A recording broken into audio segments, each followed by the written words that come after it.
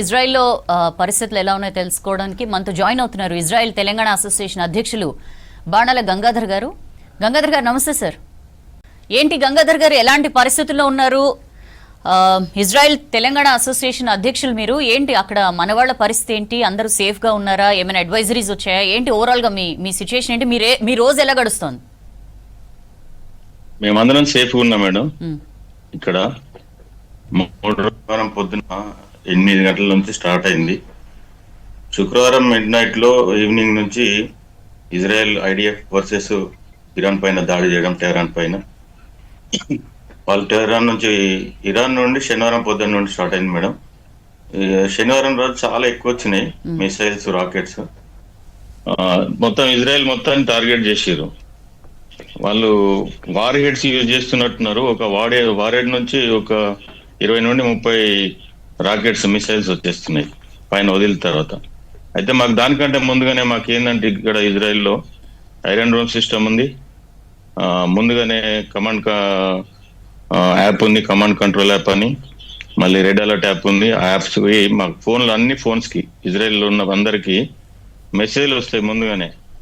10 minutes లో sirens వచ్చే అవకాశం ఉంది, సేఫ్ ప్లేస్ కి వెళ్ళిపోమని. అట్లా మేము సేఫ్ ప్లేస్ కి వెళ్ళిపోతున్నాం. దగ్గరలో ప్రతి ఇంటికి బంకర్లు ఉంటాయి. పాత 30-40 ఏళ్ళ క్రితం కట్టిన ఇంట్లోకి లేవు, కానీ పక్కన ఎక్కడన్నా దగ్గరలో ఉంటది. మేము మన తెలంగాణ వాళ్ళు ఉన్న ఏరియా, తెలుగు వాళ్ళు కానీ ఇండియన్స్ ఉన్న ఏరియాలో ఎక్కువ మట్టుకి ఈ బంకర్స్ ఉన్నాయి. మళ్ళీ మెట్రో స్టేషన్ కి దగ్గర ఉన్నాం మేము, తెలంగాణ వాళ్ళం. ఇక్కడ 1000 members ఉండొచ్చు, 1000 వరకు. మేమున్న ఏరియాలో మెట్రో స్టేషన్స్ ఉన్నాయి. మెట్రో స్టేషన్స్ ఒక 10 floor లోపలికి ఉంటది. 2 అంతస్తులు, 2 మెట్లు దిగిపోవాలి, 2 సార్లు ఎక్స్లేటర్, ఎలివేటర్ దిగిపోవాలి. అయితే మేము లోపలి వెళ్ళి ఉంటున్నాం మేడం ఎక్కువ మటుకు. అక్కడనే పడుకోవడం కూడా. అక్కడ ఎవరు ఇదేందో ఇజ్రాయెల్ సిటిజన్స్ అయినా మాటికి సైరన్స్ వచ్చినప్పుడు కిందికి పైకి దిగే బదులు బెడ్షీట్లు అవన్నీ తీసుకొని పోయి అక్కడనే పడుకుంటున్నారు ఎక్కువ మటుకు. మేము కూడా అక్కడనే పడుకుంటున్నాం రాత్రిపూట. డే టైంలో ఏమి ఇబ్బందులు లేవు. సైరన్స్ రాగానే మేము అలర్ట్ వెళ్ళిపోతాం కాబట్టి ఎవరికి ఎటువంటి ప్రాణ నష్టం లేదు. చీమ కుట్టినట్టు కూడా లేదు మాకు. ఎందుకంటే అంత సేఫ్ ఉన్నాం. ప్రభుత్వం అంత సెక్యూరిటీ ఉంది మాకు. మళ్ళీ బంకర్లలో కూడా సెక్యూరిటీ ఉంది. మెట్రో స్టేషన్ లో ఫుల్ సెక్యూరిటీ, పోలీసులు కానీ ఐడిఎఫ్ ఫోర్సెస్ కానీ అన్ని ఉన్నాయి. ఎటువంటి ఇబ్బంది లేదు. ఈ 3 రోజుల్లో తెలవిలో ఒక దగ్గర, సెంట్రల్ సిటీ తెలవిలో,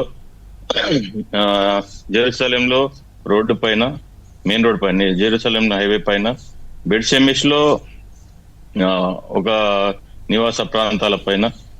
వాళ్ళు నివాస ప్రాంతాలని టార్గెట్ చేసుకొని చేస్తున్నారు. ఇరాన్ నుండి, శత్రు దేశం ఇజ్రాయెల్ పైకి టార్గెట్స్ అన్ని.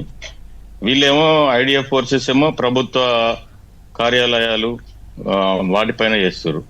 దీంట్లో వీళ్ళు పబ్లిక్ ప్లేసెస్ ని టార్గెట్ చేయడం వల్ల సుమారు 20 మంది వరకు చనిపోయారు ప్రభుత్వ లెక్కల ప్రకారం. వీళ్ళు ఎప్పటికప్పుడు అప్డేట్ ఇస్తారు ఫోటోలతో సహా, ఎవరికి ఏమైంది అనేది ప్రభుత్వ పరంగా. మళ్ళీ ఒక 60 మంది వరకు ఇంజ్యూర్ అయ్యారు మేజర్లీ అనుకోండి.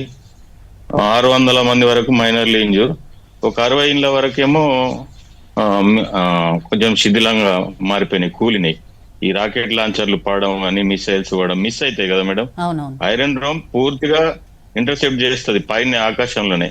ఆ శిథిలాలు పైన పడకుండా మేము సేఫ్ ప్లేస్ కి వెళ్ళిపోవడం. ఇజ్రాయెల్ అయినా, ఇక్కడ ఉన్న ఈ భూభాగంలో ఉన్న ఎవరైనా ఏదైనా మిస్. సార్, ఇప్పుడు గంగాధర్ గారు ఏమైనా ఇంటెన్సిటీ ఏమైనా పెరిగినట్లు అనిపిస్తుంది? ఎందుకంటే నెతన్యాహును కూడా టార్గెట్ చేశారు. ఆయన కార్యాలయం, నివాసం చుట్టుపక్కల కూడా బాగా జరుగుతున్నట్లు, దాడులు జరుగుతున్నట్లు తెలుస్తుంది. అది ఫేక్ ప్రాపగండా. అది ఏం లేదు. ఆల్రెడీ ఇజ్రాయెల్ గవర్నమెంట్ నుండి ఫేక్ ప్రాపగండా అని వచ్చింది. నేను మన మీడియాలో షేర్ చేసిన ఇక్కడ ఉన్న గ్రూప్స్ అన్నిట్లో. దాదాపు ఎప్పటికప్పుడు మాకు అప్డేట్స్ ఉన్నాయి.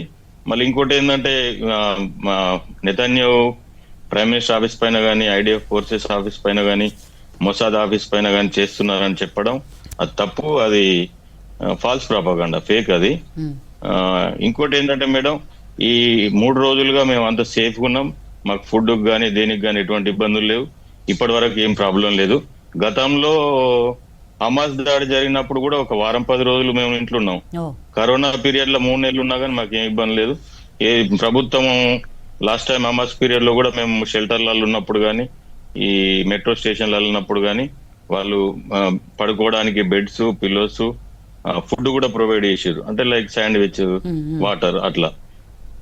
పరిస్థితి తీవ్రమైనప్పుడు అంటే ఫుడ్ కి ఇబ్బందులు అయినప్పుడు, ఫుడ్ కూడా ఇప్పుడు ఏం ఇబ్బంది లేదు. సూపర్ మార్కెట్స్ అన్ని ఓపెన్ ఉన్నాయి. ఎప్పుడైతే సైరన్స్ వస్తున్నాయో అప్పుడు క్లోజ్ చేస్తారు. మళ్ళీ బంకర్లకు వెళ్తున్నాం, మళ్ళీ బయటకు వస్తున్నాం, అవసరమనే కొనుక్కుంటున్నాం. అట్లా ఏం ఇబ్బంది లేకుంటుంది.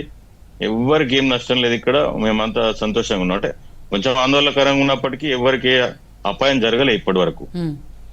ఎలా ఉంది ఓవరాల్ గా అక్కడ తెలంగాణ వాళ్ళు సుమారుగా ఎంతమంది ఉంటారు సార్?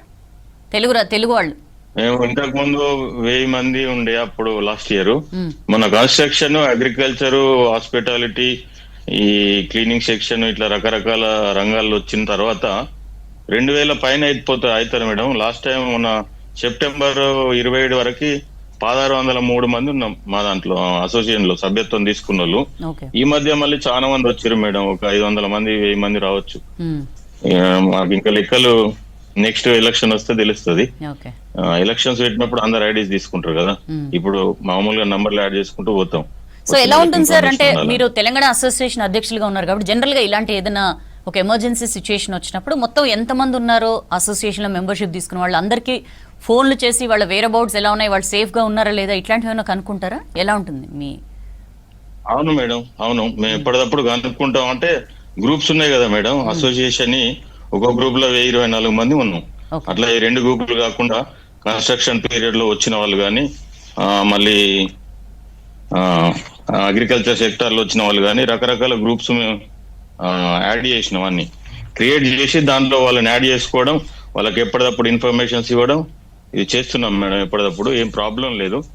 వాళ్ళ దగ్గర కూడా నేను ప్రతి గ్రూప్ అడ్మిన్స్ కి ఫోన్ చేసుకొని వాళ్ళకి ఎట్లుంది పరిస్థితి, వాళ్ళకి ఏమైనా ఇబ్బందులు ఉన్నాయా, ఇవేందో గాజా స్ట్రిప్ లో కూడా పని చేస్తారు మన బార్డర్ ఏరియాస్ లో, వాళ్ళందరినీ కాంటాక్ట్ చేస్తున్నాం. అప్పుడప్పుడు వాళ్ళ అడ్మిన్స్ ఫోన్ చేసి కనుక్కోవడం, ఇట్లాంటివన్నీ చేస్తున్నాం మేడం. వాళ్ళు ఇంకొకటి మేడం, మన ఈ 28 నుంచి ఈ మార్చ్ ఎండింగ్ వరకు ఎవరైతే ఇంటికి వెళ్ళిరో ఒకేషన్, వాళ్ళు తిరిగి రావడానికి అవకాశం లేదు. ఎయిర్పోర్ట్స్ అన్ని క్లోజ్ ఉన్నాయి కాబట్టి వాళ్ళ వీసాలని కూడా పొడిగించింది గవర్నమెంట్. వాళ్ళు ఈ 28 మార్చ్ తర్వాత వచ్చినా ఏమి ఇబ్బంది లేదు. ఇంటికి వెళ్ళిన చాలా మంది ఫోన్లు చేస్తారు. అది మీ ద్వారా మన ఇండియాకి వచ్చిన వాళ్ళందరికీ తెలియజెప్పాలని చెప్తున్నా మేడం. వీసాలు పొడిగించారు, ఏం ఇబ్బంది లేదు. అక్కడ ఇజ్రాయెల్ లో ఉన్న తెలుగు వాళ్ళు కానీ లేకపోతే ఇండియన్స్ వాళ్ళ ఫ్యామిలీ మెంబర్స్ ఇక్కడ కొంచెం వరీడ్ గా ఉంటారు సార్. మీరెంత మేము సేఫ్ గా ఉన్నామని చెప్పినా వాళ్ళకుంటే టెన్షన్స్ వాళ్ళకుంటాయి. ఒక అప్పీల్ చేయండి, వాళ్ళకి ఏం చెప్తారు? అదే ఇక్కడ మేము అందరం సేఫ్ గా ఉన్నాము. మీడియాలో అంటే కొన్ని ఫాల్స్ ప్రాపగాండా, ఫేక్ న్యూస్లు కూడా వస్తున్నాయి. ఇప్పుడు మీరు చెప్పినట్టుగా ప్రైమ్ మినిస్టర్ ఆఫీస్ పైన దాడి జరిగిందని, అది అవాస్తవం. అట్లాగే కొన్ని ఇరాన్ సంబంధించిన న్యూస్ ఛానల్స్ కానీ, వాళ్ళకి మద్దతు ఇస్తున్న న్యూస్ ఛానల్స్ కానీ తెలిసి తెలియక కొంతమంది ప్రసారం చేయడం వల్ల కానీ మన ఇంటి దగ్గర అందరు బాధపడుతుర్రు. మాకు అట్లాంటి ఏం సమస్య లేదు. మేమంతా సేఫ్ ఉన్నాం. ఎవ్వరు భయాందోళనకు గురి అవ్వద్దు. ఫ్యామిలీతో ప్రభుత్వం కూడా ఫుల్ సపోర్ట్ మాకు. మమ్మల్ని ఎవరిని కూడా తక్కువ అంచనా లేదు. వాళ్ళతో మేము సమానంగా ఉంటాం. ఇక్కడ మమ్మల్ని అంతా సమానంగా చూస్తారు. ఎటువంటి ఇబ్బంది పడవద్దు, భయాందోళనకు గురి కావద్దని ప్రతి ఒక్కరి కుటుంబాలని కోరుకుంటున్నా. ఇజ్రాయెల్ ఉన్న మన భారతీయుల కుటుంబాలని, తెలంగాణ వాసుల కుటుంబాలని కానీ, ఆంధ్ర వాసుల కుటుంబాలని కానీ అందరికి తెలియజెప్తున్నాం మీ ద్వారా. రైట్, థ్యాంక్ యూ గంగాధర్ గారు. Please take care sir.